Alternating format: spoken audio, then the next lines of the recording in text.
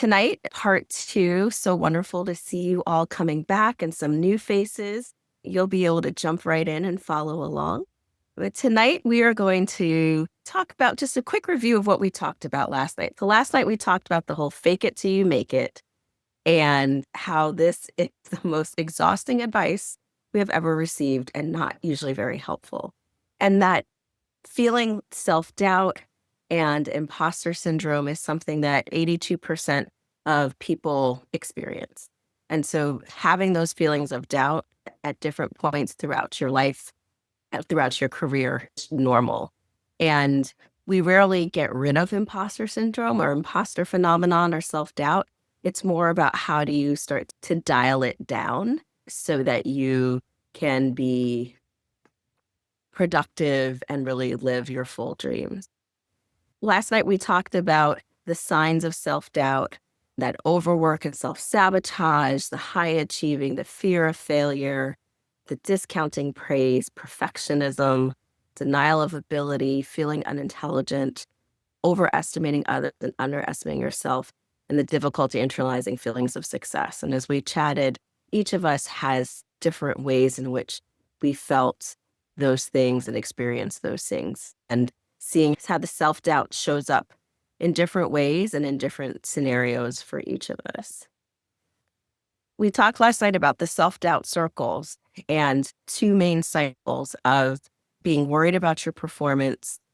In cycle one, working really hard to cover up your feared fraudulence. And so if I work really hard, they won't figure out that I'm not quite sure I know what I'm doing. You get that performance review, it's great. And then you start to worry about your performance because you've got to recreate that all over again.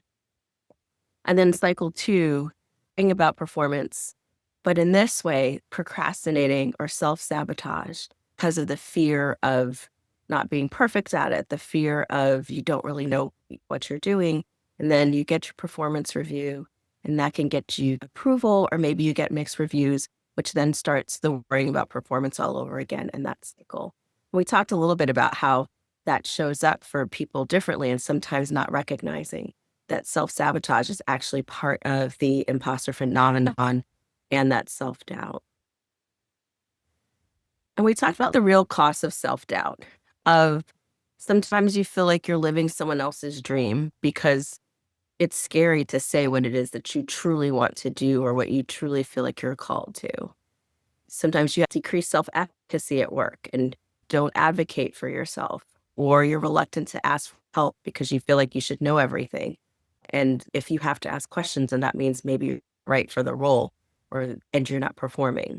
Having greater organizational loyalty. So people who really get inertia and are stuck in their jobs and they say, I've been at this company 20, 25 years and not feeling like they can move on. And then also not advocating for promotion or compensation conversations. And so they are delivering work. They should be more highly compensated, but they've never the confidence to advocate for themselves.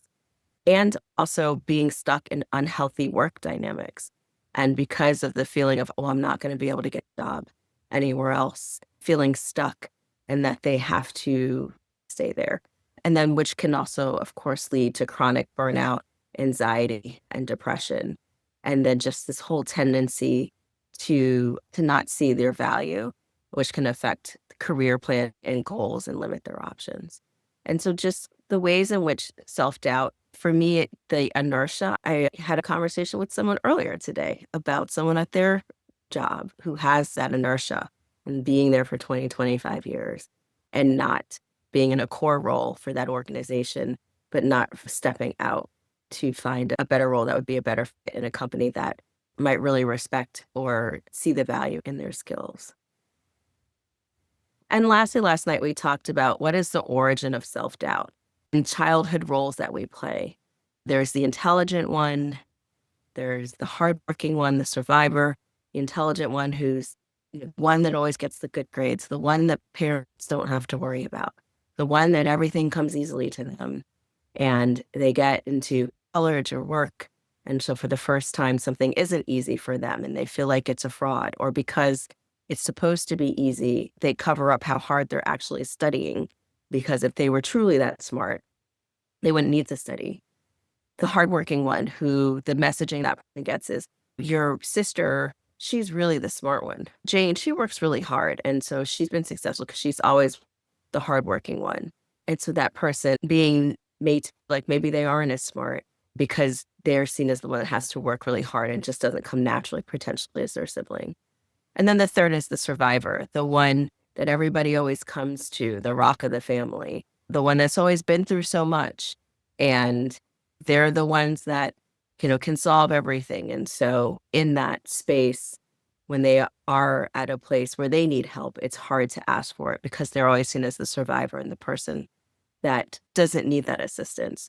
And so we talked a little bit about how the genogram as a tool is a way for a coach that's working with you to help you get a little bit deeper into the origin story of your particular self-doubt and how childhood roles and experiences then compounded with life and societal expectations, and whether it's gender norms or racial ethnic norms, customs, cultural customs, religious customs, how all of those things then compound from those early childhood experiences to help create the self-doubt. And all of those coming together to where we are tonight of we have this doubt, it lives with us, and then we start to have this negative self-talk and saying things to ourselves like, oh, I'm not actually really smart, or I'm not really good at that, or I can't try that, or what if I fail if I do that? And so tonight we're going to spend time on, would you say that to a friend, and starting to explore what are the things that trigger our imposter syndrome and what are the messages that start running through our heads as we think through and as we experience those moments of imposter syndrome. I'll pause here and just based on the things that we covered last night and as you were doing your homework, were there any questions that came up for you? If you took that Clance imposter syndrome scale, what showed up for you? When I took the test myself, I think I landed at a 41 or a 42.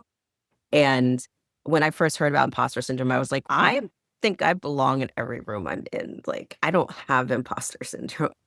But recognizing that for me, it spikes in different situations.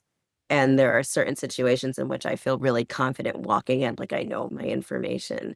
And then there's other places where that doubt and that anxiety start to creep in certain situations. And one of the things we'll explore tonight is what are the instances in which it triggers you? I think about some of my prior work experiences where, especially when I was working in management consulting, is like after every single client deck you put together, every single conversation, you're getting feedback on every word, every box on the slide, the whole thing. And so after the fact of, oh my gosh, said this wrong. I lost my words there. And that conditioning from my early work experiences and how that can show up years later. It can show up in just different places in ways that you would not have expected.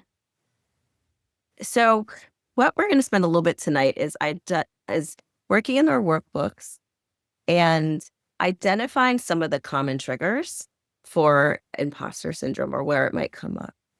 And we'll talk about common triggers. We'll put those into different trigger categories. We'll talk about the triggers for marginalized groups because there can be an extra set of triggers on top of that. And then we'll also talk about toxic bosses and what types are particularly toxic for someone that has imposter syndrome or imposter phenomenon and self-doubt. So common triggers are starting a new position, starting a new task, having that publicly visible project, having the really complex project, interviews, whether for a new job or perhaps you're being interviewed on stage or in a public media type of way, performance reviews, and that feeling rusty of something that you haven't really tried in a long time and having to do that. I'll pause here and just allow everyone to take a moment to just notice, what do you notice triggers your self-doubt and in what situations? I think particularly in this time There's so much that is happening within our economy and with jobs, and the reorgs are happening more frequently. There is concern about having a job in the first place and surviving the reorgs, as they can be a bit rapid fire. And people finding themselves in that reorg position and with new teams maybe more frequently than they have in the past. And so if you think about trigger categories, so there's different common triggers. You can place them in different categories. So there are certain situations that tend to trigger us. And if you think about situations in which you are at an event, or you are having a complicated project, or you are giving a presentation. So those are the situations. There can be places. So it could be in your people leader's office. It could be in a certain meeting room or conference room. It could be at a networking event. There could be a bunch of places that trigger that. There are things for some people, if let's say they're uncomfortable wearing a suit, if that's not something they normally wear with their line of work, and that can make them feel like an imposter. Or perhaps a microphone where you are not only speaking publicly, but you're literally being amplified for everyone to hear, and that could trigger some of that. And there could be people, your peers, maybe talking to senior leaders, talking to your people leader, talking out in the community. There could be different people that trigger your imposter syndrome. And lastly, and I think this is really important, is that there's triggers for historically marginalized groups. And so you just take the normal, we all have self-doubt, and then you layer on things like microaggressions, where, you say something in a meeting and it's ignored, but then a male colleague or someone repeats it, and it's like the smartest thing that was ever said.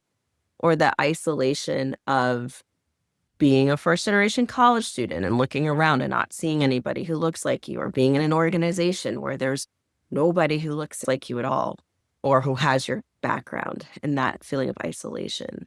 The gaslighting of you're making a point and you feel like when you speak, you're overlooked, or you're not getting projects that you feel like other people are. And you're like, oh, you're just imagining things, or you're being too sensitive, and that denying that what you're experiencing is true. Discrimination about being passed over for people who are less qualified than you. Having that lack of mentors and people that that are senior in an organization. And can I even make it here? Because clearly no one who has walked a similar path, or shows up with similar lived experiences, seems to have made it in this company. Can I? Or just inequitable treatment of asking for a reasonable accommodation, asking for something that is your due, and making that really feel burdened, and HR, whomever, making it much more difficult, sending the message that you're not wanted here. So those are categories and things that are triggers. Are there any other triggers that come to your mind?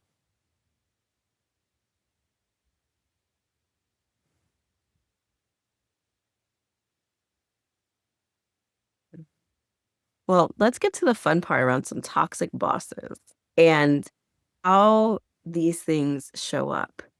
As we talked about earlier, the perfectionist boss. It has been a great presentation, and there was an extra period on slide 12 of the deck. And of all the feedback, like, that is what the person focuses on. Or the perfectionist boss who won't let anything go out to the VP or out before they look at it, and they have to approve everything that goes out because they are so afraid of what that's going to look like. The insecure boss, you embarrass me in the meeting.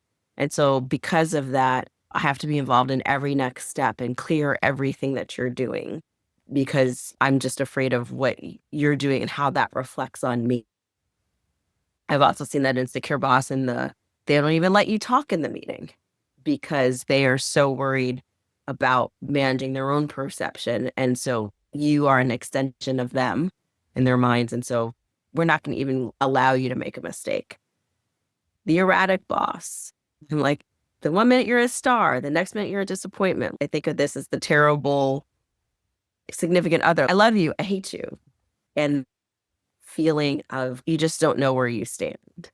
the prove it to me boss, the I'm not sure you can handle this project, so you're going to have to show me that you can manage it. There is always a bar that they are setting for you, and that bar keeps moving, and that you're having to prove yourself over and over again to that person. And then the with boss, the it went okay, and you don't get any substantive feedback, even after a successful project. And not that we're here to please a boss, but you can't get anything from them or a good job or any sort of recognition. So, any of these people, you've ever worked with them, have they shown up in your world at any point? Sometimes you wonder if you think back to the whole performance cycle of sometimes these managers who have imposter syndrome and they've worked really hard. And so they get the good performance reviews and they keep promoting and they work really hard and they're in that cycle. And depending on the confidence of folks on the team who either are able to vocalize and self advocate, as you did, that you need a change, people get stuck in there. And as Yolanda wrote in the chat, people don't leave jobs, they leave bosses. And how toxic that can be for the team. And though if you have your own imposter syndrome or phenomenon or self-doubt going on and you are in this toxic environment, going back a couple of slides, sometimes people leave or they can't self-advocate and they get stuck in these really unhealthy, toxic situations. It's just really unfortunate. And one of the benefits of doing your own work on your confidence is to be able to recognize when these signs are happening and then having the agency to make a better decision for yourself around what can you tolerate and when is it time to move on, and having that strength and conviction and confidence to be able to do that. So we're going to take a moment of self-reflection and go into your workbook. On the second page, there's some questions. Think about at this moment one situation where you felt your self-doubt strongly. And so when did you feel like a fraud? When were you worried about feeling exposed? Was there a time where you overworked or you avoided certain tasks? And what did that look like? And so just take a moment to write down what that one situation is. And then when you go on to the next page, as you think about that situation, starting to unpack it of what kind of emotional state do you feel in that situation? Is it anxiety? Is it dread? What behaviors do you exhibit? Is it overwork? Is it avoidance? Is it asking for reassurance? What thoughts are you thinking? I can't do this. Why was I chosen? They're going to figure me out. And then are there certain places where you notice that this starts to come up? Are there certain things that trigger it? Are there certain situations or people? And so just write the situation and then start to unpack in those different categories what some of those commonalities are. And you'll notice on the last page there's a create a narrative statement. And so it says it's a little bit like a Mad Lib. So when my imposter syndrome is activated, I am usually feeling and taking one of the words from the emotional state and the words from what you're thinking and how you're behaving. And then noticing that you're triggered by situations that and places and people or things. And so just take a moment to fill in a couple of those words around a narrative statement around when you get activated. Any other kind of last thoughts? Question: how do I experience imposter syndrome positively interact with people, leaders, who are imposter syndrome themselves? Yeah, if you go back to the stat, 8% of people are experiencing it. And so I think the fair assumption is that anyone who you are peers with, leading, or are being led by has some amount of self-doubt or imposter syndrome within themselves that they're experiencing. And how do you positively interact with them? And so I think part of that is the work that we're doing here of recognizing, right, owning your own imposter syndrome or your own self-doubt and recognizing what situations trigger you And the ongoing work that will start here, but it really takes a lot more time. You start working with the triggers, so you're identifying the triggers, then you start putting things in place. And so some of that is recognizing you're getting triggered and then switching from an automatic negative thought to a more positive one. Some of it is changing the narrative about yourself. And some of the work that I do with imposter syndrome is what we call having very thin narratives of I'm not good at presentations, and having a thicker narrative around presentations are a skill that I'm building. My presentations from when I started in this role to today are much better. I now present my people leader is no longer correcting them. I am now at the point where I just create the decks and present them without having to get a second set of eyes on it. And so you're starting to actually thicken those. That's some of the work that we do. So as you start to work with your own, then you realize the other person's triggering you. And then you can start to see it in the other person. And I think some of it, at least when I can see it in the other person, it gives me a little bit more compassion. But I also realize what they are dealing with and how their own insecurity going to come out in ways that may trigger me, and now I've got the tools and the power to not do it. That's my thoughts on how you do it. It's out of doing your own work. Great question. So we are going to take tonight into a two-parter. So the first part was looking at our narratives.